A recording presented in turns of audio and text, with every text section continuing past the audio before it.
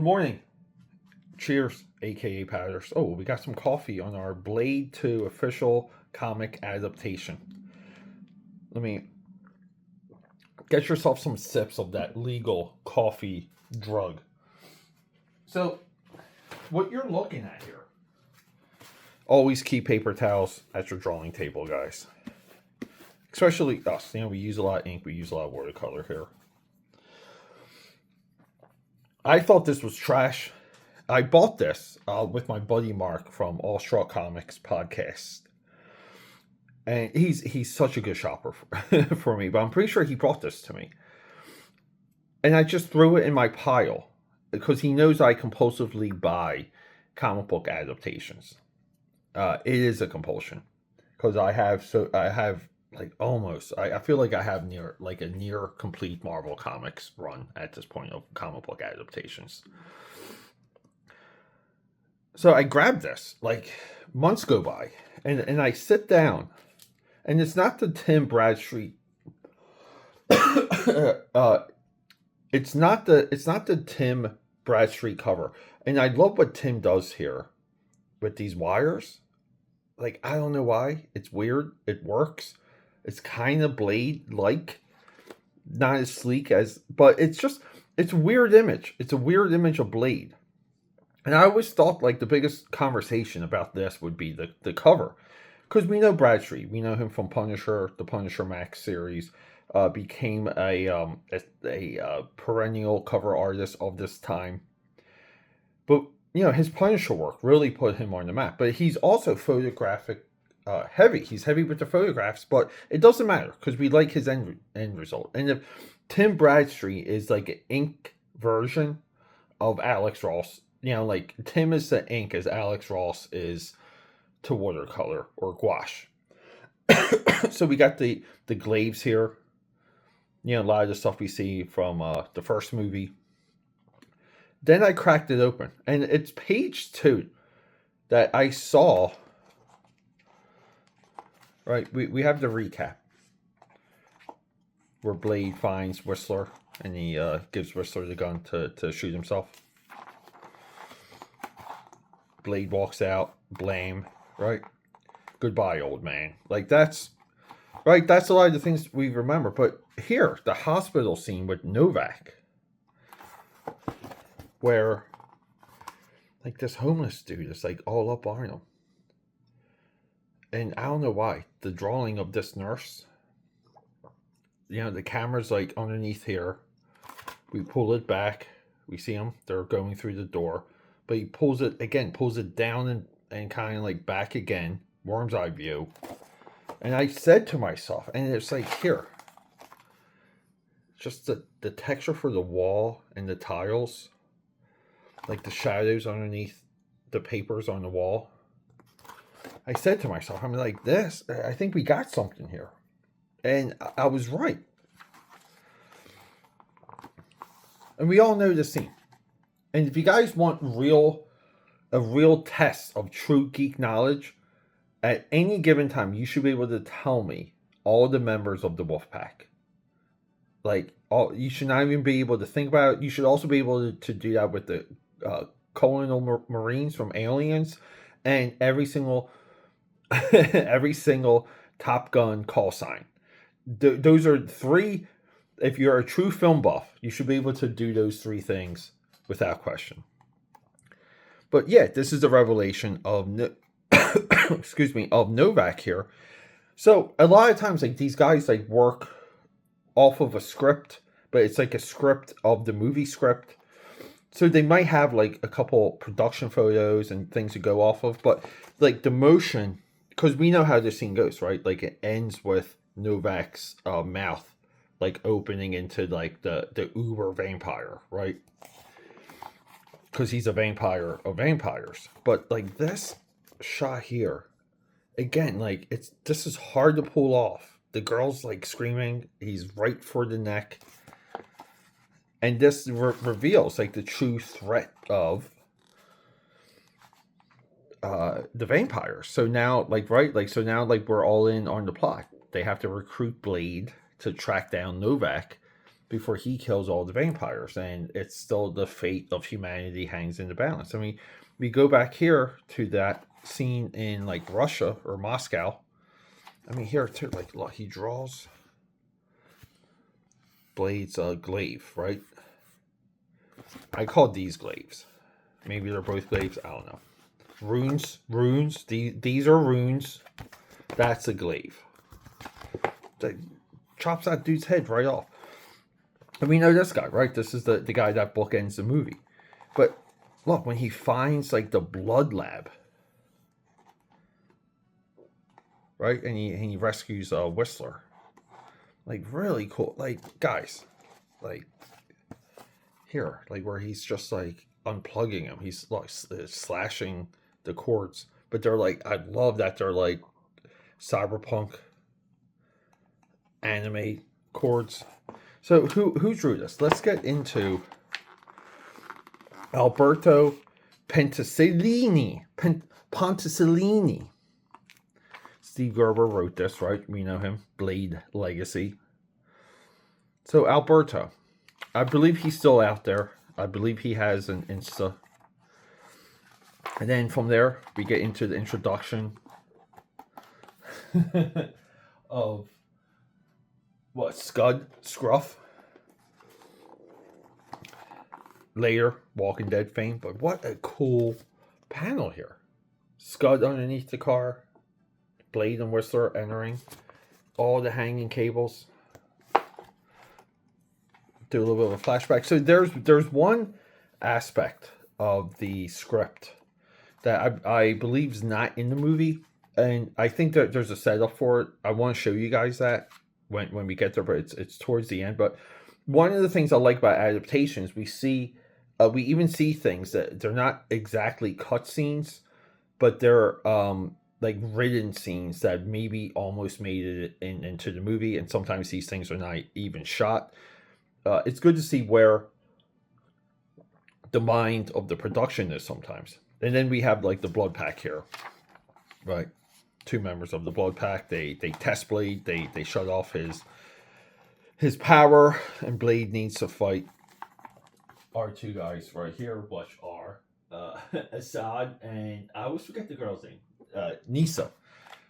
Assad and Nisa here, and like really cool. Like again, like great panel here.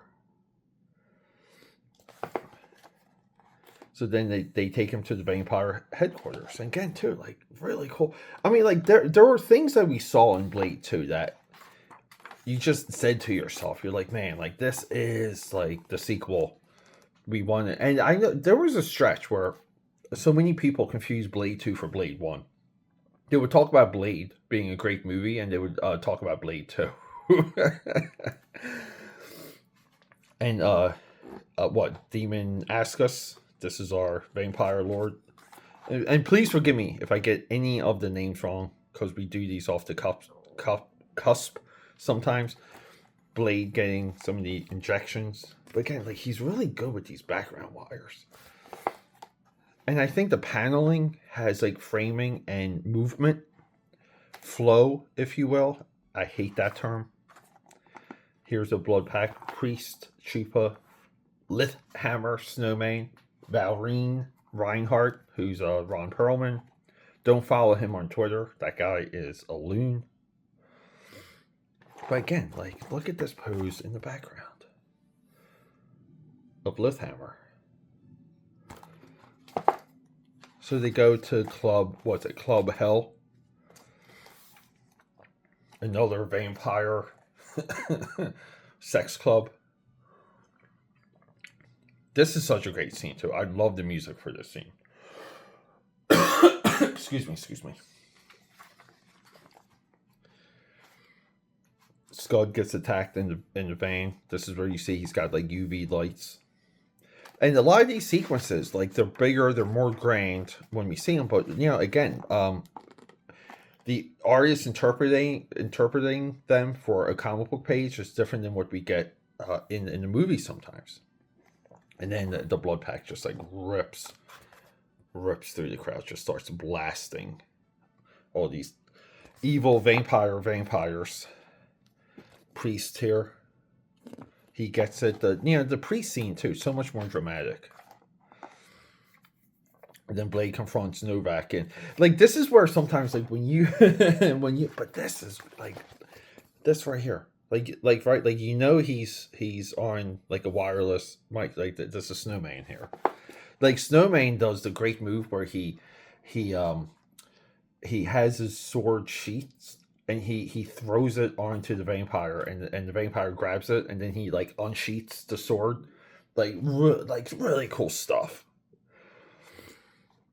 But yeah, this is where sometimes you remind yourself it's a movie, because all of a sudden Blade and Novak, they end up in this like like construction site, but they're in like a Renaissance church construction site.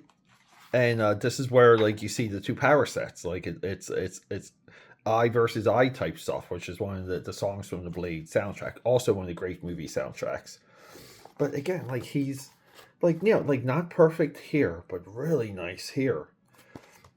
And Alberto here, to me, is just a guy that probably has one amazing sketchbook. Just give him a pencil, give him paper, and he'll draw your thing.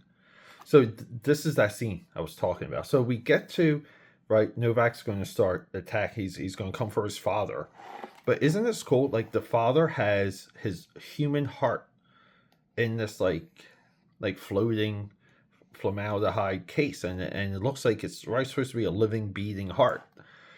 And he says like, I lost that long ago, meaning he will sacrifice his daughter for the greater good. This is where we learn about the physiognomy of the vampires. I call them vampires. The amazing tunnel scene. And like some of the 90, like the 2000s, like coloring comes in here. I think it takes away from the black and white artwork. But this is another, again, like such a big, like this scene here, right, this is where Blade lets them all come around him, and he sets off the UV grenades, and they all jump up, and the bomb goes off, and he just slices everyone. Again, like Blade, beyond cool. And then we have this other thing where we see,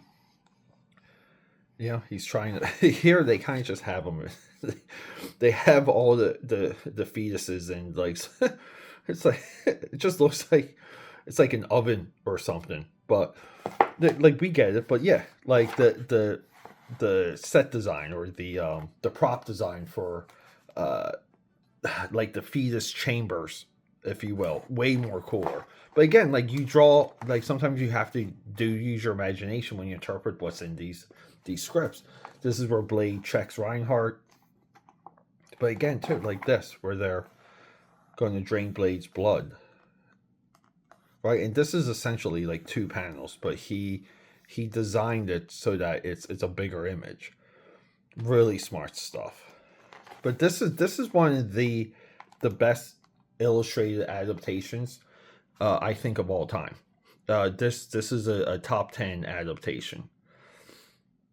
Here, like I love stuff like this, right? Like, it's so comic book.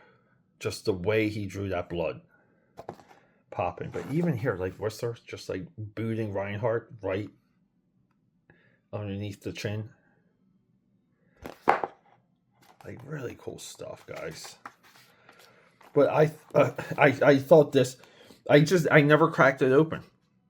I thought it would be a good Tim Bradstreet cover collection type thing. I know. Like I never thought I would do a video on this. But then we get into, right, like this is where like the whole hierarchy. So within like two movies, Blade kills like the hierarchy of the vampires, and he kills like the vampire god, like within the first and second movie. And you almost want to say there was nothing left for him to do in that third movie.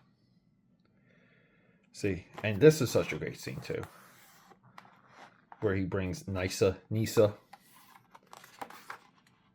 and then here, like we wrap it back up with this guy. But this too here though, like this is such a great scene in the movie.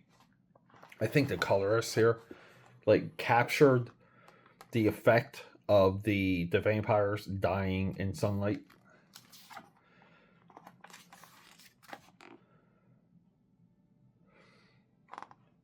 Yeah, but Bradstreet really was like he was he was the style and the image for Marvel Max. And Marvel Max was such a cool thing at that time.